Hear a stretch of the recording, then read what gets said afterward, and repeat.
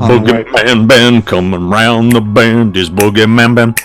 Is Boogeyman band. Greetings, fellow Fright Fiends. It's your buddy Boogeyman Ben. Hope everyone's doing well. Been wanting to do this video for a while, especially as my stack of Blu-rays and DVDs is getting pretty massive. New ones that I've picked up, ones that I haven't even watched yet, which is pretty bad for me. Also, this is something I wanted to announce here just because it's something I've been thinking about, and I think this is just where my head's at right now. Things could change down the road, but I'm not going to be doing movie reviews very much anymore, with one exception. I did promise my friend Christopher L. Smith, who, God bless him for making me aware of this film, The Empty Man. That's a film that I watched back in March. I haven't gotten around to doing a review of it yet, but I will be doing a review of that one. But with the exception of that one, and movies that like Salem's Lot, the new Salem's Lot that's coming out in September 9th, and then of course Halloween Ends, which is coming out in October, I really want to get away from doing movie reviews. I don't know, I just feel like there's enough critics on YouTube, and I feel like it's never been something I've been strong at. That's just my own personal opinion. No one has ever said anything to sway me, it's a personal preference. I'd rather not do it anymore. For today, I'm just going to be showcasing. Now, it is a stack. It is a pretty massive stack of movies, and I'm just going to go through each one. Some of these are Scream Factory, some of these that I ordered off of Amazon, some I found at like secondhand stores. I'm going to go through them, and I hope everyone enjoys it. It's going to be really just like showcasing them real quick. So first one I'm going to showcase is I finally picked up Venom, Let There Be Carnage. I did a review of this one last year. Wasn't a huge fan of this film. I have rewatched it a couple times. I actually enjoyed it more second and third viewing. I still don't like it as much as the first one. There's some cool behind the scenes stuff on this. I do feel like everybody, had fun making this film. I just feel like the overall tone of this is just too silly. I think the first Venom had a better balance with the comedy and the drama that was going on. Next one I picked up is Scream, or Five Cream. If people listen to Thing with Two Heads podcast, they'll understand why I say that. If anybody is interested in the digital code, I will give it to them. Just send me a message. Send me a message through my Instagram, and I will send you the code. No problem at all, because I already have the digital copy. I bought it. It came out a month early digitally, so I just bought it. So I have no need for the digital code. If anyone's interested, just let me know. Next one I picked up. Now, this was one that eluded me, and I kicked myself for missing this one. Initially came out, I believe this came out in 2017, but this is the collector's edition of Child's Play. It's put out by Scream Factory. Found this at Rasputin's a couple weeks back. Got it for I think it was only $15, and that's a really good deal for a Blu-ray. And this is really nice. I won't show you the back of it. I don't think it works anymore because this is old, but it says get 10% off your next order for Fright Rags. And it has two discs. It has the disc one is the feature film, and then disc two is special features. So that's really cool. I haven't watched it yet because I just haven't had the time, but I was so happy to find this. Didn't have the slipcover, but still, a really awesome deal for my favorite film in the Child's Play franchise. Always will be. I still think it's the best one. Directed by Tom Holland. Just absolutely fantastic film. Can't wait to check out all the special features there. I got April Fool's Day, and I had planned initially to do a review on this one on April Fool's Day, but just didn't get around to doing it. Maybe next year I'll do it. Like I said, it just depends on how the mood strikes me, but one of my favorite 80s films. I remember when I met Amy Steele, we talked about this. This is 10 years ago. But she asked me if I had seen the remake of it. I know Scout Taylor Compton was in the remake, who I'm a huge fan of, but I just didn't want to see the remake. This one is untouchable. I don't need to see a remake of this film because this film is absolutely fantastic. I love everybody in this. You got Thomas F. Wilson, you got Clayton Rohner, you have Deborah Foreman. Just a terrific film. Very atmospheric, very creepy. I remember watching this film a lot when I was a kid, especially summer of 1990. I remember it aired on HBO that summer, and I remember recording it on VHS and just playing it all summer. It's fantastic. This is a really nice release. I haven't had a chance to even look at it, watch it yet, but I love that I switched it out to the original poster art. But yeah, it's got some great features on it. But yeah, I really want to watch the special features. I know there's an interview with Clayton Rohner, who's somebody that I really grew up loving in films like Just One of the Guys. He was in the movie The Destroyer with Anthony Perkins. So yeah, I can't wait to check this out. That was a no-brainer picking it up. I wish I would have picked it up several years ago when it was released. Next one I'm going to showcase is another film I just watched. I want to thank my friend Ghost Pirate Entertainment, my friend Kanan Becker. This was his #1 film for 2021, and that is The Nighthouse with Rebecca Hall. What an amazing movie. If you haven't seen this film, I definitely recommend it. Absolutely amazing, fantastic. I've been a fan of Rebecca Hall since The Town. She's an amazing actress, and this film really stuck with me. I definitely recommend picking this one. I've got this one off of Amazon. Can't wait to rewatch. Mary with Gary Oldman. I don't know a lot about this movie. I know that the writer wrote The Shallows with Blake Lively, which I'm a big fan of, and I'll watch anything with Gary Oldman. So again, this was kind of just a blind buy, and it just sounds like it might be pretty cool. So again, can't go wrong with Gary Oldman, one of the best actors ever. Next one I picked up is F9, Fast Saga, the Fast Furious 9. Fast Furious 10 is actually in production right now. I haven't watched this one since I saw it in the theater last June. I liked it. It was a long time waiting for it because it was supposed to come out on my birthday or around my birthday in 2020. And of course it didn't. It was supposed to come out, I believe, the original release date was the week of my birthday. And of course it getting pushed out, I just didn't have the same excitement, and I was going through a lot back then when this came out. But still, for the frame of mind I was in, I still enjoyed it. I'm looking forward to watching it again. I know this has a longer cut of the film, but again, I was looking for this one to go down in price. Every time I went to like Target, it was like $25, and then it was like $9 on Blu-ray. So I haven't even opened it. You can see it's still shrink wrapped. I will be using the digital code for this one because I don't have it on digital. But yeah, I'm a huge fan of Vin Diesel. I don't give a fuck what anybody says. He's one of my favorite actors. I love all the movies he's been in. Triple X is one of my favorites. I also love Fast 5 and Fate of the Furious. They're probably my favorites in the Fast and Furious franchise. I know a lot of people don't like Fate of the Furious that much, but I loved it. Next one I picked up is Zack Snyder's Justice League. Fucking love this film. I think it's fantastic. I think everybody's great in it. It's a really great companion piece to Batman v Superman and Man of Steel. Man of Steel still being my favorite Zack Snyder superhero film. I don't think that movie gets enough love. It's my favorite Superman movie ever. But yeah, I love having this one in my collection. Can't wait to watch that one again. I've watched it several times when it was on HBO Max, but haven't revisited it lately. Next one I picked up was Spider-Man No Way Home. Absolutely just a brilliant film. Probably the best Spider-Man movie ever, in my opinion. I've grown up with this character and the franchises, the various franchises that we had. Yeah, fantastic film. Next one was a real find.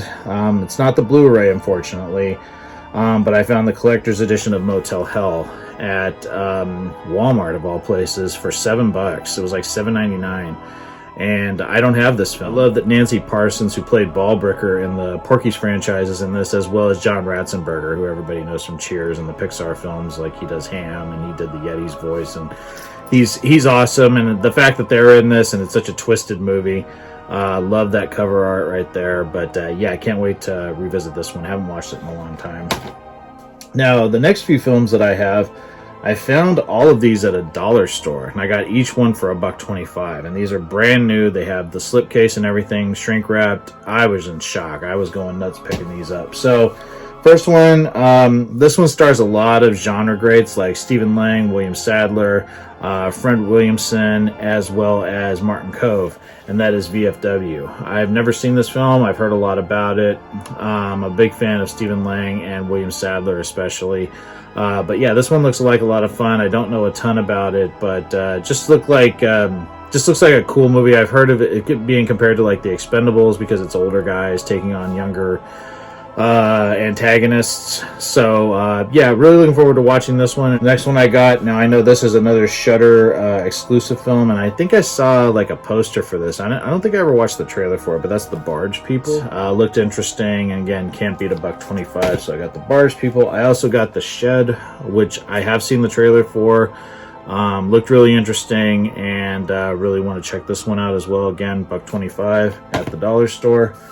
Also picked up Brick Mansions with the late Paul Walker and the RZA and David Bell. I know that one of my favorite character actors, Carlo Rota, is also in this. I've never seen it. I know this was one of the last movies that Paul Walker did. I know a lot of people didn't like it, but another $1.25 pickup, and I said, you know what? I will risk it. The next one I got, I'm a huge fan of Joe Pesci, and I remember when this movie came out and had his 8 heads in a duffel bag. You also have like Christy Swanson, Diane Cannon, George Hamilton, David Spade are all in this. So this film came out in '97. He also did Gone Fishing with Danny Glover that year, but then he would do Lethal Weapon 4 in 1998 and kind of retired for about 8 years until The Good Shepherd came out, which was directed by Robert De Niro, and he was in that. And of course, recently he's been in The Irishman, but he doesn't really act that much anymore. So this is one of his last like starring roles. And I've always wanted to see it, never saw it. But again, another $1.25 pickup. This is going to be the last horror movie I'm going to show, but I already have this on DVD. I got the special edition DVD when it came out in early 2004. I got it at Virgin Megastore when I worked in the city, and I still remember the first one I got was fucked up. I remember it wouldn't play in my DVD player, and I was so pissed. I was working in the city. It was when I first started working in the city in San Francisco. I keep saying the city in San Francisco. And I remember having to take it back to the Virgin Megastore and get a replacement for it. But this is the Texas Chainsaw Massacre remake that came out in October of 2003. I love this film. I love this cover, which is why I bought it. Again, I got it for like $2. It was really, really cheap. And I found this at a hospice, like a Goodwill kind of hospice store. My wife and I frequent every once in a while that's close to where we live. And yeah, so it goes to a good cause. And I saw it there one other time that we had gone there and I didn't buy it. It was still there when we went back. And I said, you know what, I'm going to pick this one up. So didn't need it, but again, who could pass up a sale? The next few I got, these are now going to be non-horror films. I picked up Platoon just because it's a classic, and I just recently revisited JFK, which is a fantastic film, probably my favorite Oliver Stone film. But Platoon is my second favorite Oliver Stone film, and this has a fantastic cast. You have Willem Dafoe, you have Tom Berenger, you have Charlie Sheen, who I'm not a huge fan of, but he's good in this. Johnny Depp, my hero, is in this. Support Johnny Depp. I'm just going to say that right now. Yeah, terrific film. It also has like Tony Todd, Keith David, you have Forrest Whitaker, you have John C. McKinley, you have Kevin Dillon. Just fantastic actors, a fantastic movie. The brutality of Vietnam. Casualties of War will always be my favorite Vietnam film. That movie just, it breaks my heart every time I watch it, and it's a fantastic performance by Michael J. Fox. But my second favorite Vietnam film will always be Platoon. Just really powerful and breaks my heart when I watch it, and the music in it is absolutely haunting and beautiful. If you haven't seen this film, definitely recommend checking it out. Next one I'm going to show is Larry Crown. This is more of a comedy, kind of dramedy. With Tom Hanks, Bryan Cranston, Julia Roberts, Rami Malek. I love this film just because I love Tom Hanks. And I love that he's just such a nice guy, and your heart breaks for what he goes through at the beginning when he loses his job and he decides to go back to school. Tom Hanks also co-wrote this with Nia Vardalos, who did My Big Fat Greek Wedding, and he also directed it. It's a lot of fun. It's a sweet movie. And it's one that I've always wanted to buy, and I saw it, and I was like, I saw it at a bookstore. I was frequenting a used bookstore, and I said, you know what? I need to own this one. Fantastic film, a lot of fun. I haven't watched it in a while. Can't wait to revisit it. The next two I got are Guilty Pleasure, Steven Seagal film, Under Siege and Under Siege 2, Dark Territory. I love both these films. They're a lot of fun, and of course this one has Gary Busey and Tommy Lee Jones, and this one has Katherine Heigl, Morris Chestnut, Eric Bogosian, and Everett McGill.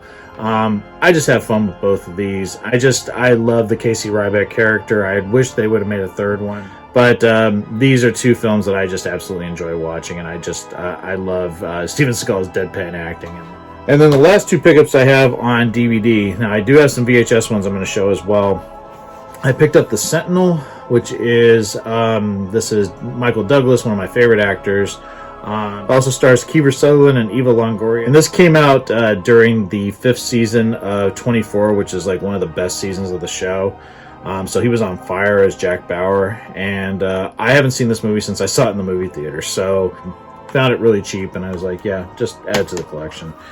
And the last one I got is a movie that I've only seen one time. It's directed by the Hughes brothers. I'm a huge fan of them, especially From Hell, which is, I think, their best movie. But it's The Book of Eli, starring, again, Gary Oldman, of course, and featuring the amazing Denzel Washington. I've only seen this movie once. The subject matter, you know, apocalyptic world, it's not really something I usually like. Those movies kind of depress me, but this one was really fascinating, especially the end reveal. But him on his journey to get this book out west, which is going to help reshape society. I just thought it was a really interesting concept, and Denzel's fantastic and everything, as is Gary Oldman. This also features Mila Kunis, so I haven't seen this since it dropped on video back in 2010. But yeah, I'm anxious to revisit it. Got it really reasonably, and yeah, happy to add it to the collection. The last movies I'm going to show are VHS tapes. Got a few here. First one is Eye for an Eye. I love this film. This is Sally Field, another Kiefer Sutherland vehicle, Ed Harris. Really brutal opening. I think this has one of the most harrowing openings I've ever seen in a film. I remember renting this film as a kid and watching it. This movie came out in like 96, and that opening fucked me up for the rest of the movie. I think it's one of those openings. It's like seeing Cliffhanger for the first time, and that opening just sets the precedence for the rest of the film. But Sally Field kicks ass in this film, and you're totally on her side for trying to get revenge for the horrible rape and murder of her daughter at the beginning of the film.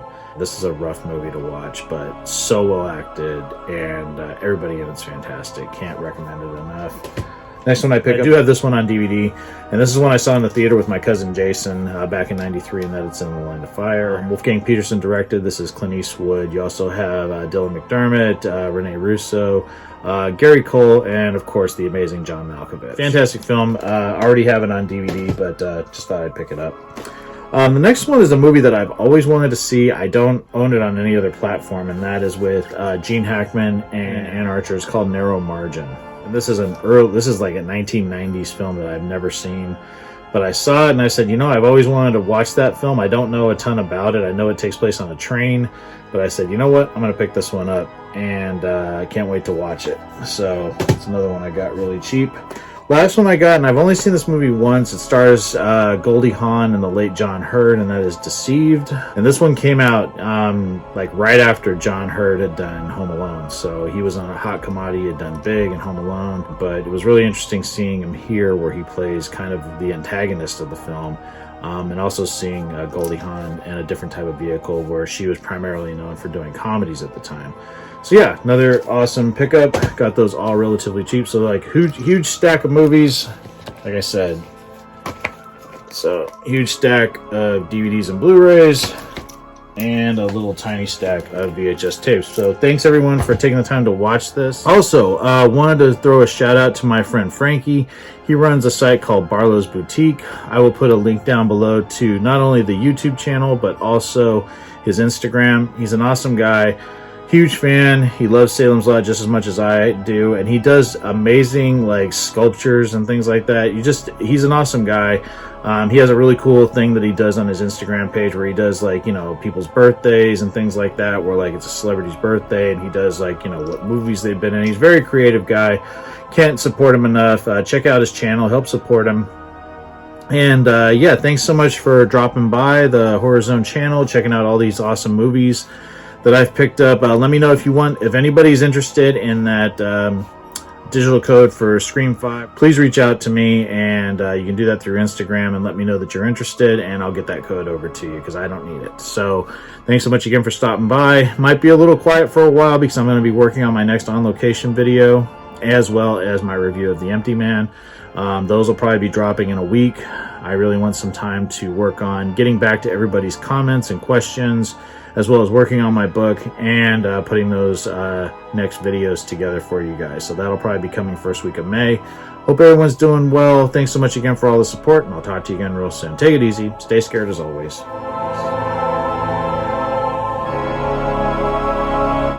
Fellow Fright Fiends, just want to say thank you again for supporting Boogeyman Ben's Horror Zone. If you're brand new to the channel and you haven't yet subscribed, please hit the subscribe button down below, hit the bell notification so you're updated every time I drop a new video. I typically do this once or twice a week with new content. I've been doing this for over 11 years, and the horror genre is a passion of mine, and it really means a lot to me that I can share that passion with all of you guys. Thanks so much again for the support, and I'll talk to you again later. Take it easy, stay scared as always.